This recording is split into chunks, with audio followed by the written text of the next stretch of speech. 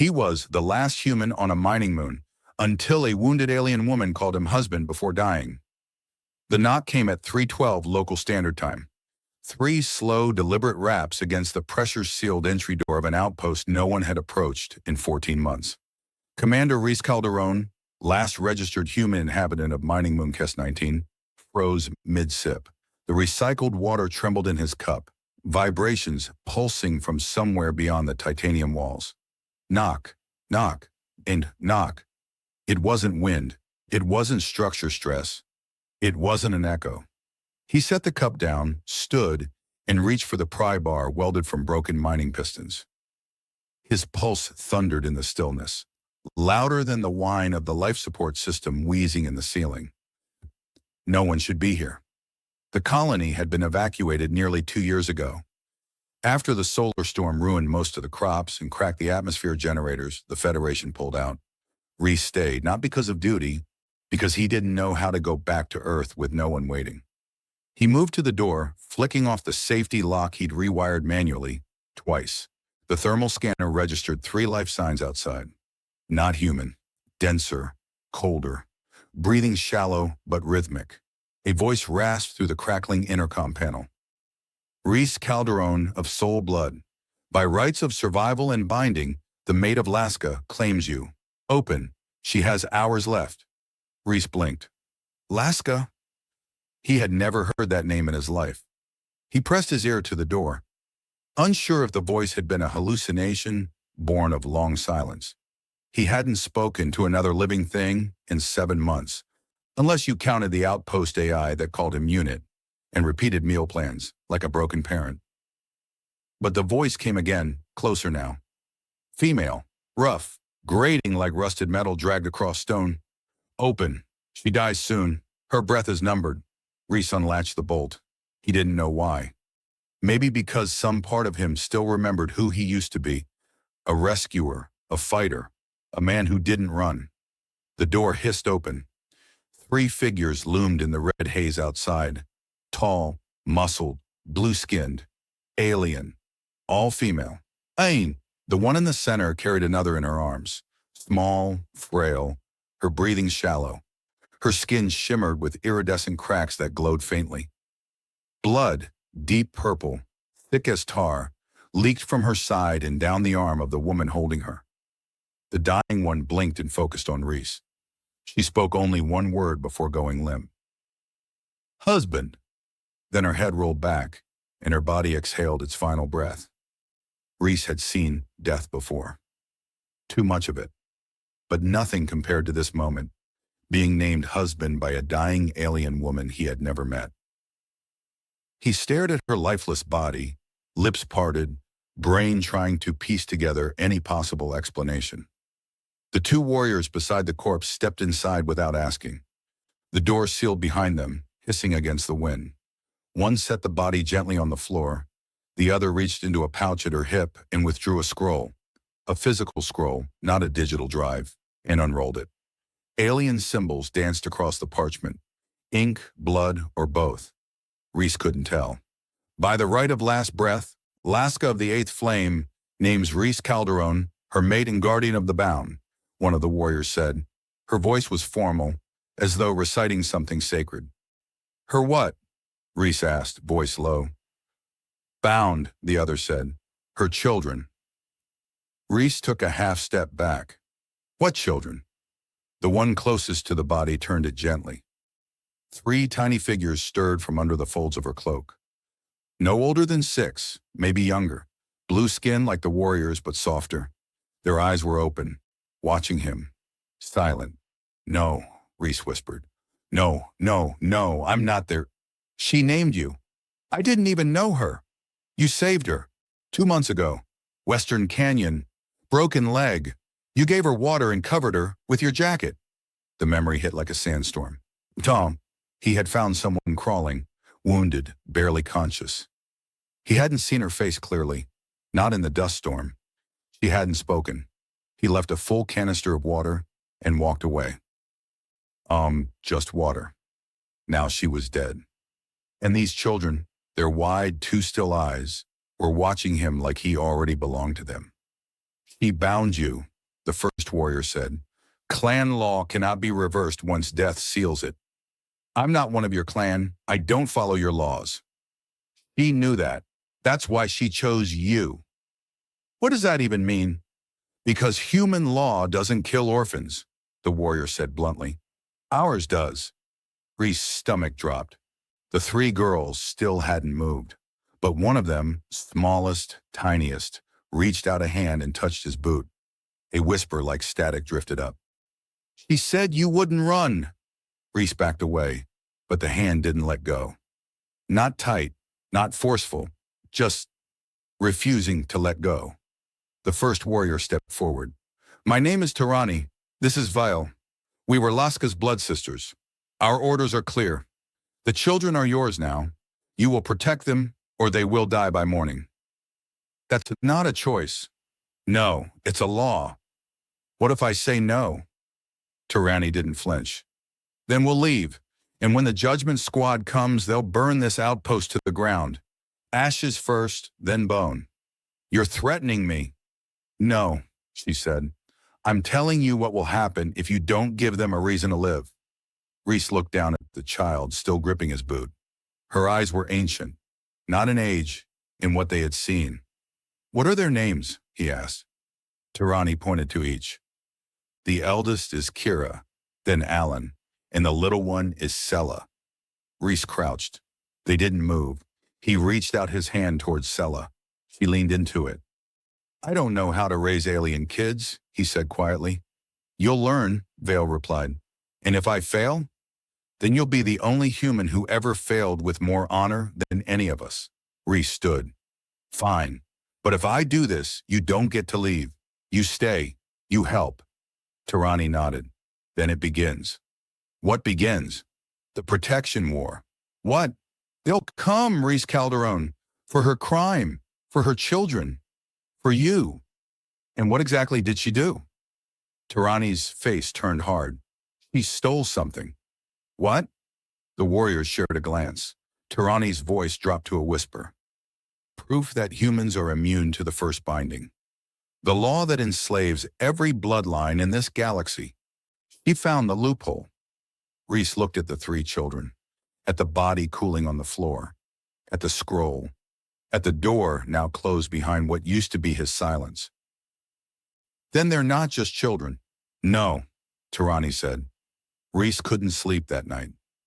Even after the two alien warriors, Tirani and Vale, had carried Laska's body into the outpost cold storage and laid her gently among crates of protein rations and mining scraps, the silence wasn't the same anymore. Not peaceful, not empty. Now it carried the weight of tiny breaths, soft feet, and the quiet questions of children too scared to ask them aloud. They hadn't cried, not once. That frightened him more than tears would have. The three girls sat huddled in the corner, wrapped in one of his old survival blankets. The heater hummed low, blowing dry warmth across the room, but Reese saw their shoulders shake, not from cold, from something deeper. He crouched nearby, unsure of what to say or do. Back on Earth, he'd buried a wife. Before that, a child he'd never met. But he'd never held the lives of three strangers in his hands like this. Stella, the youngest, blinked up at him. Her eyes glimmered in the heater glow, large and glassy like ocean stones. Do we sleep now, human? The words stung. He gave a small smile. Name's Reese. The girl nodded once, formally. Reese, the one Mom said would protect us. He exhaled slowly. I'll try. Kira, the oldest, finally spoke. Trying is a promise in our language. Her voice was rougher than it should have been, like she'd been whispering secrets to walls for too long. Reese nodded. Then I promise. Later, he stepped outside the outpost with Tirani and Vale. The wind bit through his jacket. Red dust clung to every surface. Kes 19's moons hung low in the sky like bruises that hadn't faded. He crossed his arms, facing the two alien warriors. All right, he said. Tell me everything. Start from the beginning. Tirani paced, her boots scraping stone. Vale stood like a statue, spear planted in the ground. Laska was a silent hunter, Tirani said, a sister of the Eighth Flame. She never questioned law, until the archive vault. What did she find? A scroll, Vale said, older than any clan archive, sealed under dust for centuries. She wasn't looking for it, Tirani added. She was hiding. A blood feud, internal politics. She needed a place to lay low. But the scroll changed everything, Vale said. It listed 3 things: the origin of the binding law, the forbidden names of the first rebels, and one truth that made Laska break every vow she'd sworn. Which was? Tirani looked up at him. That humans, your kind, are immune. Reese frowned. Immune to what? The binding. It's a law, older than a translation. It means once you're named in someone's death, you're tied to them. Blood, debt, shame, everything. So if someone's parent is executed, the children are condemned? Yes. That's insane. It's survival. At least that's what they say. And this law, Reese said, you follow it? Tirani looked away. We obey it, but Laska didn't. She found proof that humans are unbound. The law recognizes us, but doesn't apply. Our blood is untouched, untouchable. Reese processed that slowly. So that's why she chose me. Yes, she found you by accident. You gave her water. You left her alive. That made you safe. So she called me husband, made me guardian of her kids. And now the clan has a problem, Vale said flatly. Because to kill those girls, they'd have to kill you. But if they kill a human, they invoke something worse. Which is? Reese blinked. You think Earth cares what happens out here? Maybe not, but the law doesn't know that. All it knows is precedent. It says killing an unbound human starts a blood war that never ends. So I'm, what, a shield? Earth retaliation. Tirani stepped forward. You're more than that now. You're part of the contract, and we have very little time. The next morning, the sky turned a sickly yellow. A signal flare. Not human-made. Alien pattern. A symbol coded in color. Vile's eyes narrowed. Judgment scouts. They've arrived. Reese turned to the door. What happens if they find the kids here? Tirani's jaw clenched. They die, and you die with them. Then we hide. They're already watching. So we run? No, we prepare. The 3 girls sat quietly on the floor of the outpost's kitchen as Reese packed every usable ration into a portable cooler. Tirani checked her blade's edge. Vile knelt beside the youngest girl, wrapping her small hands in cloth. Not for warmth, for grip. Reese crouched in front of them. We're leaving. The girls didn't ask why. They just stood. Sella reached for Reese's hand. Are we going to die? Reese tightened his grip around her tiny fingers. Not if I have anything to say about it. They moved before midday. The moons cast twin shadows across the terrain. The landscape was a field of rusted wreckage, old mining drills, broken solar arrays, dead transport shuttles. Kes 19 had been gutted by its own greed. Now it might become their graveyard. They moved quickly, silent, a formation Reese wasn't used to. The girls obeyed every instruction without question. No crying, no panic, only resolve. By sundown, they reached a half-collapsed comms tower on a ridge. Inside, beneath the old antenna mounts, was a crawl space once used for backup servers. Now it would serve as shelter. Reese ducked inside last. The children huddled in the center. Tirani placed rocks in a circle, lit a heat stone in the middle. Silence settled again. You were a commander once, Tirani said. Reese looked up. You read my files? Laska did. She chose you for a reason. I was a systems engineer, not a soldier. You had a family. He froze. Yeah, I did. Then you understand what these girls lost. His voice was a whisper. Too well. The youngest girl, Sella, crawled into his lap, uninvited. He didn't stop her. She curled against him, like she had done this before. Not just with Laska, with someone else. Are you scared? He asked. Stella nodded into his chest. But Mom said fear means you still want to live. She was right. She said the stars will watch me if I stay close to you. He blinked. What else did she say? Sella looked up at him, eyes glowing faintly.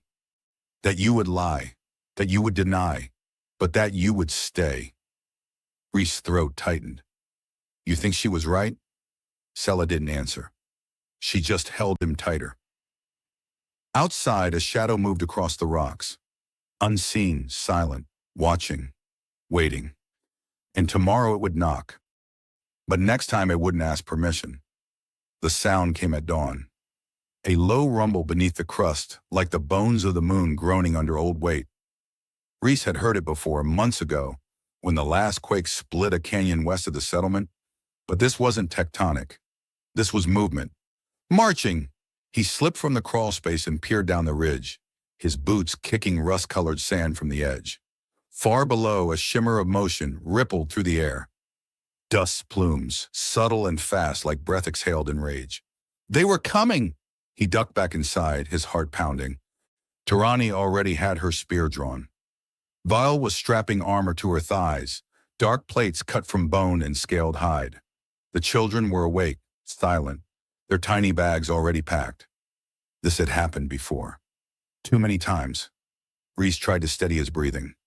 How long? He asked. Vile answered without looking up. An hour, maybe less. What happens if they catch us? Trial, then death. All of us. Not you, Tarani muttered. They'd make an example of you. Burn you slow for defiance. Reese didn't flinch. We need to move. There's nowhere left to run, Vale said calmly. They've outflanked us. Then we fight. Tarani's expression was unreadable. You've never fought in your life. Then I guess I'll start today. They left the crawl space behind just after first light, moving in staggered formation. Reese carried Sella in one arm, his wrench slung across his back like a makeshift weapon. Kira and Alan walked ahead, flanked by Tarani. Vial stayed behind them, always watching the rear. The terrain shifted underfoot, soft and treacherous. What used to be excavation trenches, now filled with loose gravel and collapsed beams. A rusted crawler chassis jutted out like the rib of a dead god. Reese glanced skyward. No drones, no satellites. Nothing watching from above. Only the clan below, closing in. Where's the nearest safe zone, he asked. Tarani didn't answer. You said there was a relay tower, northern ridgeline. Too far. They'll cut us off before the climb. Then give me another option. Vale's voice cut through the dust. There's an abandoned core shaft, 50 meters east. Old mining tunnel, sealed decades ago. You sure? Sure enough to gamble our lives on. Reese nodded. Good enough. They reached it by mid-morning. A ragged hole in the rock face, covered by twisted metal and vines of corrosion. It stank of sulfur and old blood. A faded sign still clung to the side of the structure. Core Delta, vent shaft, 3 danger, collapse zone, no entry without permit or prayer. Tarani pried open the entrance with a grunt. Vale slipped inside first, blade drawn. Reese ushered the girls in behind her, then followed, ducking into the stench. Darkness swallowed them instantly. Reese activated the lantern on his wrist unit. The beam flickered across shattered grates and melted floor panels. The tunnel sloped downward, deeper into the dead moon's belly. This leads where? He asked. A hydrofiltration chamber, Vale said. Deep, indefensible. Unless it's collapsed. Then we die fast. The chamber was intact. Mostly. A massive circular vault, walls lined with broken filtration drums and stained machinery. A cracked cistern in the center held stagnant water that reeked of chemical rot. The children huddled near a vent pipe, clutching each other. Tarani and Vale began placing sensor mines, small spherical pods with teeth like sea urchins, designed to detonate with pressure or motion. Reese stood in the center, hands trembling. We're boxed in. Yes, Tarani replied. And if they breach, they won't get all of us. Reese turned slowly. That's not good enough. It's all we've got. Silence fell over them for a long time. Dust drifted through the air like ash. The children whispered to one another in their own tongue, soft syllables, half lullaby, half prayer. It wasn't fear he heard. It was ritual, something ancient, something they'd done before every loss. Reese couldn't bear it. He crossed to them and crouched. "You're safe," he said. Kira's eyes met his, calm, blazing with silent fire. "No one is safe under judgment. I'm not letting them take you. Even if you fight, they will still come. Then they'll come." Reese reached into his jacket and pulled out a small cylinder, a family keepsake from Earth. Inside, a flame cube, an old-world relic that burned real light, not synthetic glow. He activated it. Warm, golden flame flickered in the room. The children blinked. "What is that?" Alan asked. "Hope," Reese said, "from a world that forgot me."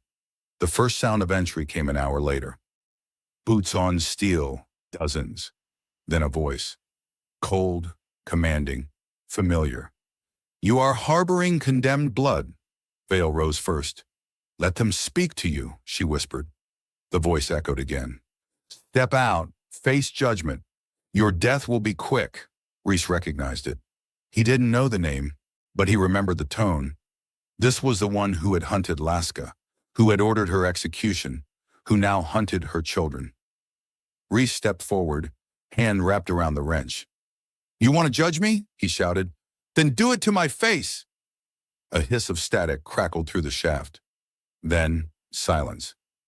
Followed by the sound of climbing gear, ropes sliding, boots hitting ground. Tarani whispered, "They're coming." The first warrior to descend wore black bone armor, a face mask carved with symbols of death.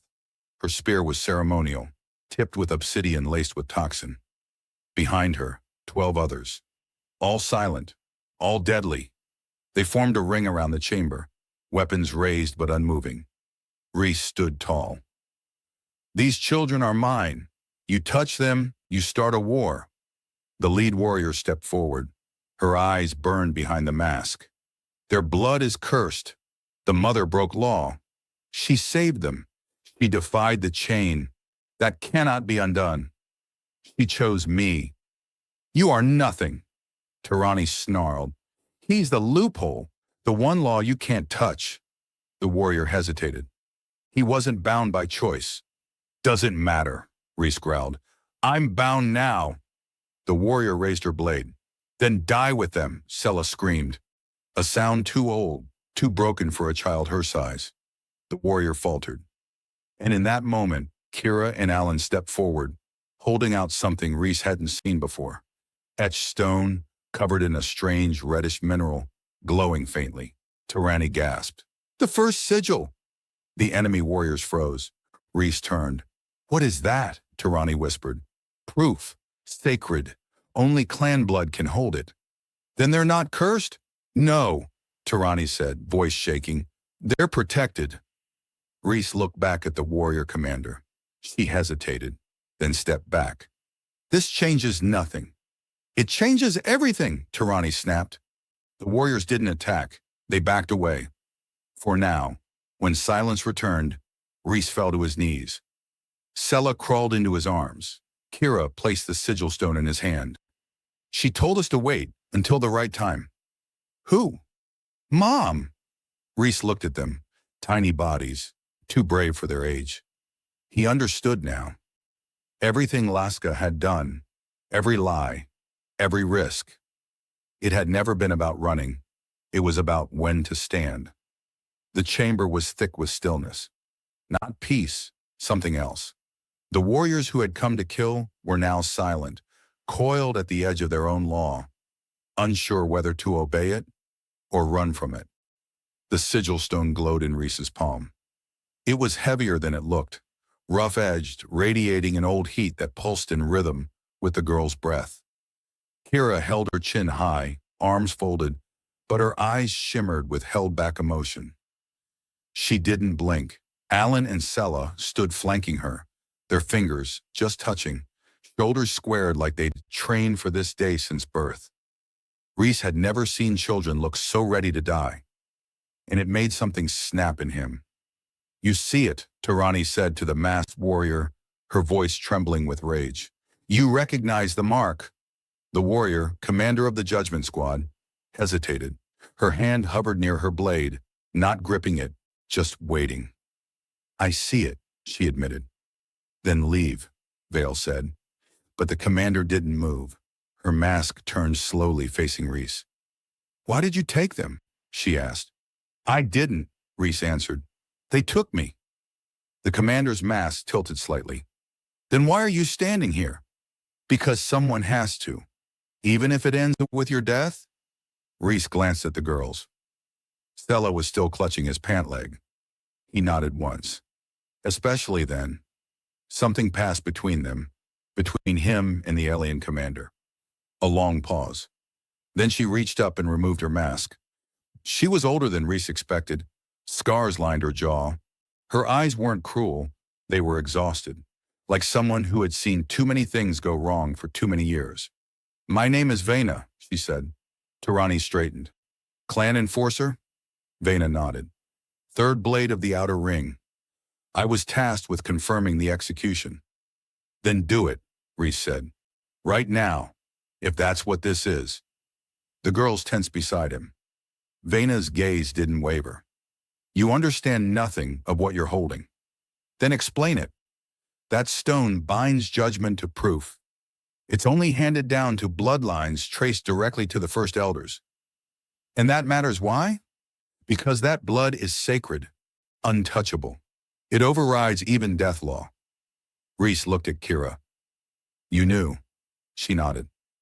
"She told us to hide it until someone tried to make us disappear." "Who?" "Anyone," Alan whispered. "Even me?" They didn't answer, and Reese didn't blame them. Vena sheathed her weapon. "We'll return to the elders." "With what?" Tarani asked. "With doubt," Vena replied. "That's more dangerous than proof." "And the children?" "They remain under the humans' protection." "Is that official?" "It's political," Vena said flatly. "That's the only thing stronger than law." As the judgment squad climbed out of the core shaft, Vale leaned against the wall, breathing deeply. "They'll be back." "Of course," Tarani said. "Why didn't they fight?" "Because they saw something they feared more than our weapons." Reese wiped sweat from his neck. "Which is?" "That the system is broken, that a lie became truth, that a dying mother outsmarted them all." He looked at the stone again. The glow had faded.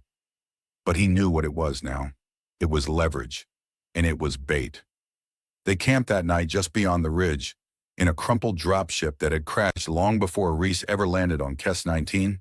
It wasn't shelter, it was bones pretending to be home. But it was hidden and it was quiet. Reese sat outside with Kira beside him. The other girls slept in his bedroll, their heads pressed together. Kira didn't speak for a long time. Then she said, "They'll keep coming. I know. Do you wish you'd never opened the door?" Reese exhaled slowly. "Yes, every day." Kira looked away. He touched her shoulder. "But I'd still open it again." She didn't smile, but her fingers reached for his hand. The next day, they moved north, toward the relay tower. If they could broadcast the binding stone's signature, the clan elders would have to acknowledge the bloodline, would have to issue sanctuary, at least on paper. It was a long shot, but the only one they had.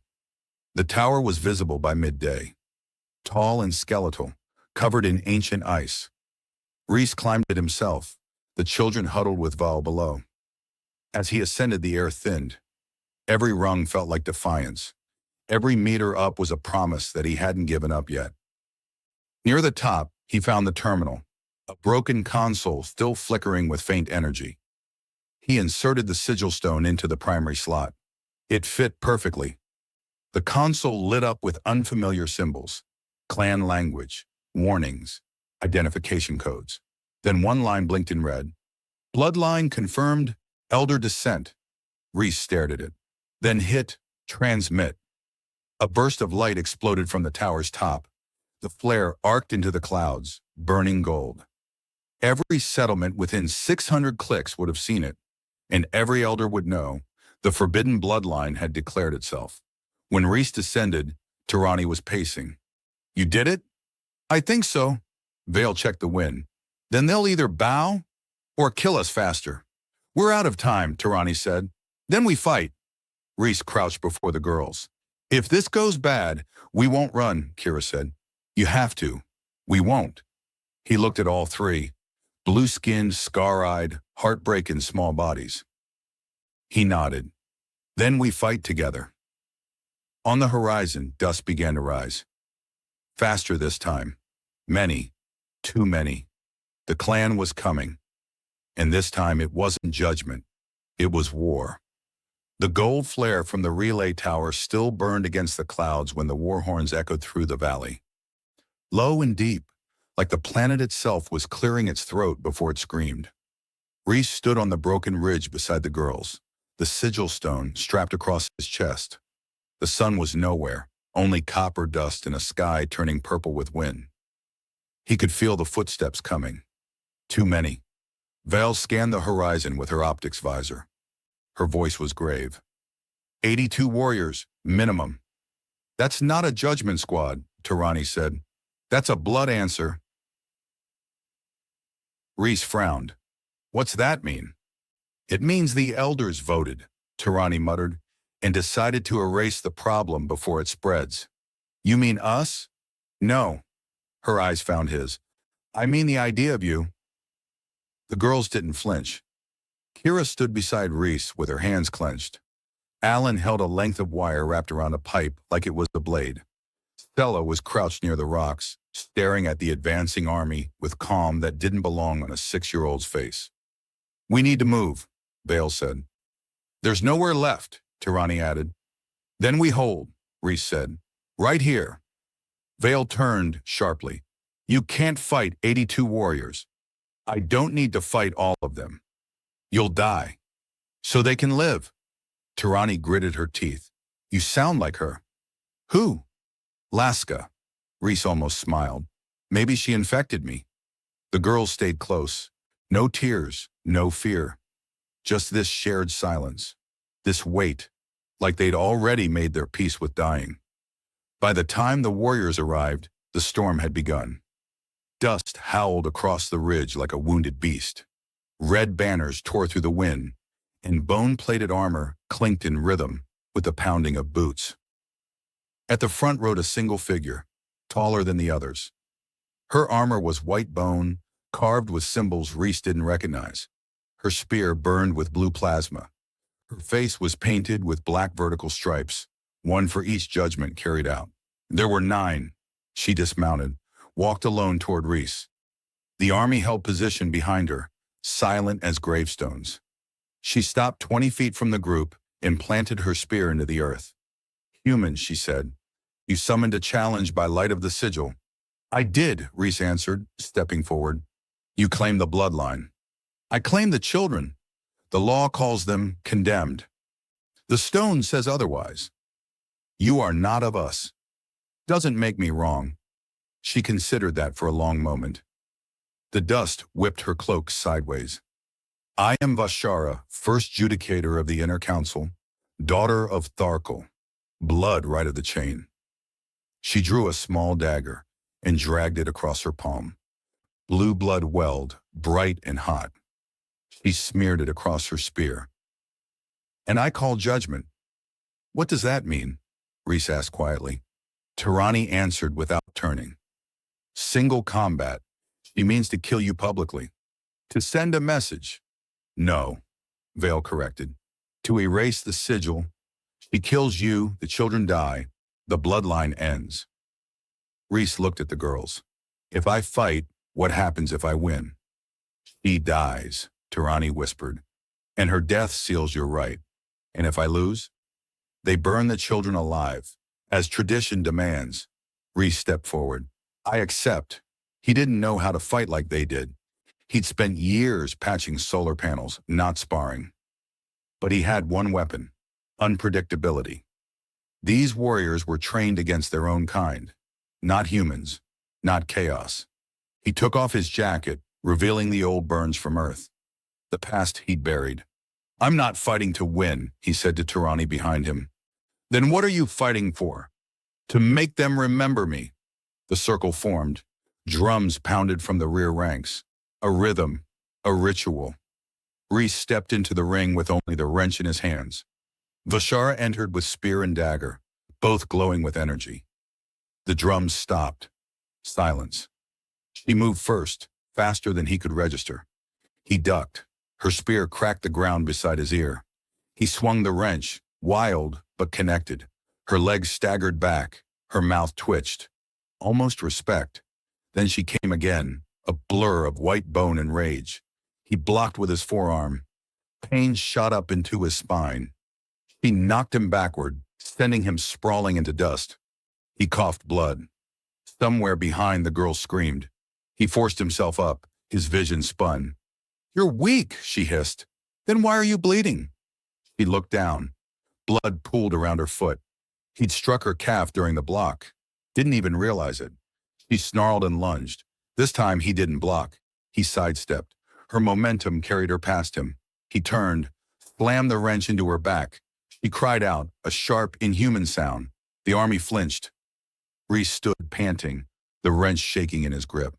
"I don't care about your laws," he said, "but I won't let you kill them because you're too afraid of what they mean."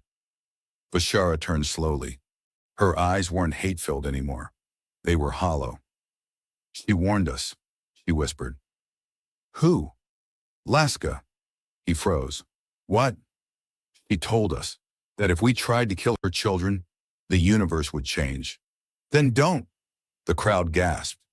She dropped her spear. Reese staggered. Vashara knelt, palms flat in the dirt. "The human is bound. The bloodline is sacred. The judgment is withdrawn." Gasps became roars. The war was over. But the fight wasn't. Tomorrow they would go to the capital. The council would demand answers. And Reese would give them. Not as a prisoner. Not as a stranger. But as the first human father in the history of the Red Clans. They entered the capital at dusk. It wasn't a city. Nothing on Kes 19 ever reached that scale.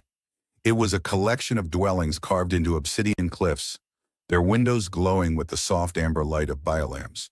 The architecture was brutal and elegant at once. Sharp angles, woven bridges, high spires adorned with red banners of clan history. It looked old. It looked proud. It looked afraid.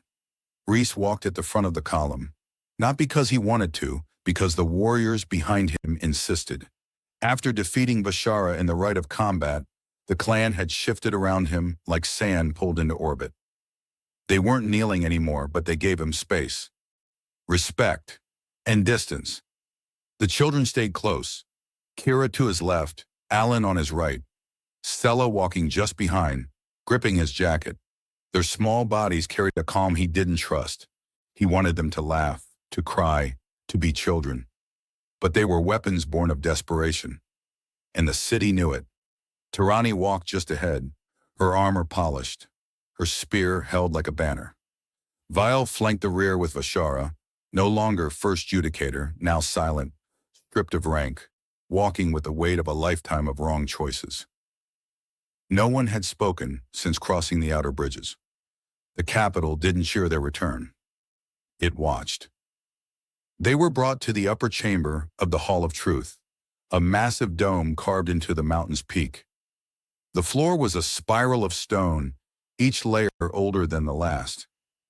Above them, dozens of elders sat in rings, robes trimmed with symbols of lineage, judgment, and sacrifice. Reese didn't know the symbols, but he knew what silence meant. It meant war was not over. It had only changed shape. A voice rose from the center throne, an elder whose skin was pale like old ice, marked with the tattoos of first blood. "You bring the condemned into our sanctum?" Reese stood tall. "I bring your shame into the light." Gasps rippled through the chamber. "You are human," the elder said. "You have no right to speak. I earned it. With stolen blood." "With truth," Reese snapped. "With the law you buried under fear." Tirani stepped forward. "The sigil was confirmed, witnessed. The bloodline is direct." "Laska broke oath," another elder hissed. "She took what was forbidden." "No," Vale said flatly. She reclaimed what was stolen. A truth you chose to hide. The council murmured. The elder leaned forward. What proof do you bring? Kira stepped into the center. Alone. She held up the sigil stone. And then she sang. Reese had heard her voice before.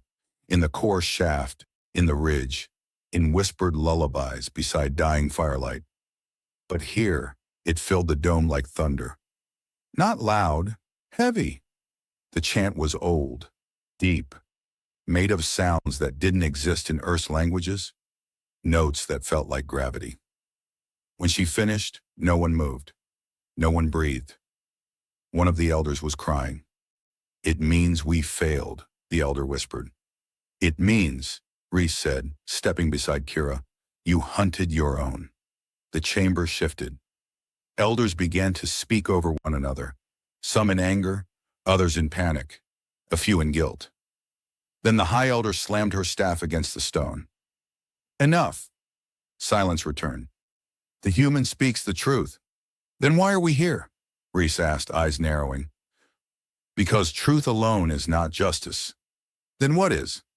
She turned to face him fully. Cost. The elder descended the stairs and stood at his level. Her voice was softer now. We cannot undo what was done. Laska was executed, her children condemned. You weaponized our law against us. I protected them. You embarrassed us. Then maybe you deserve it. We do, she said. Reese blinked. We forgot what the law was for. It was meant to protect the weak, not erase them. We twisted it into fear. And Laska saw through it. She looked at the girls. She saw what we lost. Reese waited. The girls waited. Stella took his hand again. What happens now? He asked. We make restitution. What does that mean? You are now father to 3 daughters of sacred blood. That makes you part of the elder line. No, Reese said. I'm not your royalty. You are their protector, she said, which makes you ours. Tarani stepped forward. He doesn't want power. Good, the elder said. Power is only safe in the hands of those who never asked for it. And the children, Reese pressed, will never be touched again, she said, by any hand of this clan. And those who ordered their deaths will be judged. Vashara stepped forward. Then I offer myself first. You spared them, Reese said. Too late, she replied. But I still believe in atonement. The elder nodded. Then begin. That night the city didn't celebrate. It mourned.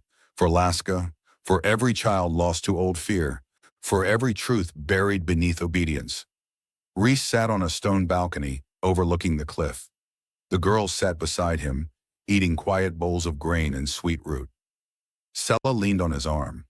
Are we safe now? She whispered. Reese didn't answer immediately. He looked out at the stars, different from Earth's, but no longer cold. We're safer than we've ever been. Kira looked up. Do you miss your home? Sometimes. Do you want to go back? He smiled softly. Not anymore. He turned to them. This is our home now. Even if they hate us, Alan asked, then we teach them not to. Sella yawned. Reese picked her up and carried her inside. Kira and Alan followed, their feet padding softly on the stone. Tomorrow, the rebuilding would begin. The laws would be rewritten. The scars wouldn't vanish. But they would matter less, because someone had stayed, because a dying mother had believed, because 3 children held onto a lie that turned into something real. They buried Laska at sunrise, not in silence. This time the clan sang, not the song of war or blood or binding law, a different song, one Reese had never heard. It echoed through the cliffs like the first breath of a world reborn. Warriors stood with spears inverted, tips in the dirt. Children from the lower dwellings placed folded leaves around the pyre, each marked with a red thumbprint of ash. Kira lit the flame herself. Her hands didn't tremble. Alan stood beside her with a fist over her heart. Stella wept openly, but didn't turn away. She watched every ember, every flicker of the blaze that took their mother's bones to sky. Reese didn't speak. There was nothing to say that could match this. So he stood with them, as a father, not by blood, by choice, and by the world-shifting weight of staying. When the fire had cooled, the clan elder approached. She carried a single cloth-bound object in her arms, long and wrapped in blue silk. Her spear, she said, passed from mother to daughter, or to the one who raised them. Rhys stared at the bundle. He didn't move. I'm not a warrior. You are what they remember, she replied, and memory is the oldest armor. He took it, unwrapped it. The spear was lighter than he expected. Beautiful, the shaft carved with lines that looked like constellations. At its base, a symbol had been etched, a hand reaching toward three smaller ones. He didn't know what to do with it, so he held it and tried not to cry. Days passed, then weeks. The children began to change. Not in ways Rhys could measure by height or weight, but by laughter. Real, unburdened laughter. Stella painted her fingers in the clan's red dye and smeared handprints across the stone outside their new home. Alan sparred with warriors twice her size and beat one of them to the ground with a makeshift staff. Kira studied with the elders, learning not just language, but law. She asked hard questions, and they let her. She was becoming what her mother had once been. Maybe more. Rhys learned too. How to mend armor, how to read the sky signals, how to cook without setting fire to the stew pit, how to hold Sella when her nightmares made her kick and scream, how to teach Alan to lose without anger, how to tell Kira the truth without flinching. He wasn't perfect, but the girls didn't ask for perfect. They asked for present, and he stayed. One night, sitting beside the fire, Kira asked him quietly, "Do you still feel human?" He looked at his hands. Scarred now, hardened, but still his. Most days. "Do you want to?" "Sometimes I don't know what that means anymore." "To us," she said, "it means the one who didn't run." Rhys swallowed the lump in his throat. "Then yes, I want to." The clan grew quieter in its judgments, less eager to speak with certainty, more willing to say, "I don't know, children weren't feared now, they were listened to." One girl in the northern sector brought forward her own bloodstone, older than Kira's. She'd been hiding it since her brother vanished during a purge. She wasn't executed. She was invited to study. Change didn't come all at once, but it came, and Rhys became part of it. Not as a hero, just as a man who didn't leave when he had every reason to. On the anniversary of Laska's death, Kira brought him a small bundle, wrapped in rough cloth. Inside, a pendant. A single shard of bone carved with 4 lines, one for each of them, intersecting at the center. "It's our housemark," she said. "You made this?" She nodded. "We voted. This is who we are now." He closed the cloth and held it against his chest. "Thank you." "You stayed," Kira said. "No one else did." That night, the 4 of them sat on the edge of the western cliffs, watching the moons rise over their valley. Sella was half asleep in Rhys's lap, her tiny arms looped around his ribs. Alan braided small bits of fabric into his jacket sleeve, whispering nonsense stories about moon giants and sand spirits. Kira sat quietly, her eyes watching the stars. "Do you think she knew?" Alan asked. "Knew what?" Rhys asked. "That we'd be okay." Kira answered instead. She didn't know. She hoped. "There's a difference?" Alan frowned. "Hope is choosing to believe without seeing. It's the first step in changing anything." "Sounds dumb," Alan said. Stella giggled, barely awake. "Sounds brave," Rhys whispered. The wind rose, soft and warm. A voice in it, maybe. A name lost to time. Laska. Kira leaned against his shoulder. "We'll take care of you now," she said quietly. He smiled through the ache. "Deal." Below them, the lights of the capital pulsed like fireflies in the dark. The clan had changed, was still changing. But he'd changed too. Rhys Calderon came to Kes 19 to be forgotten. And instead, he became a father. To 3 daughters born of exile, sacrifice, and defiance. He became the loophole, the legend, the one who stayed when everyone else left. The last man who remembered what love looked like in the shape of 3 fragile hands reaching through fire, through law, through blood in choosing him. And when the stars blinked down from the heavens above that night, they didn't watch a man survive. They watched a father rise,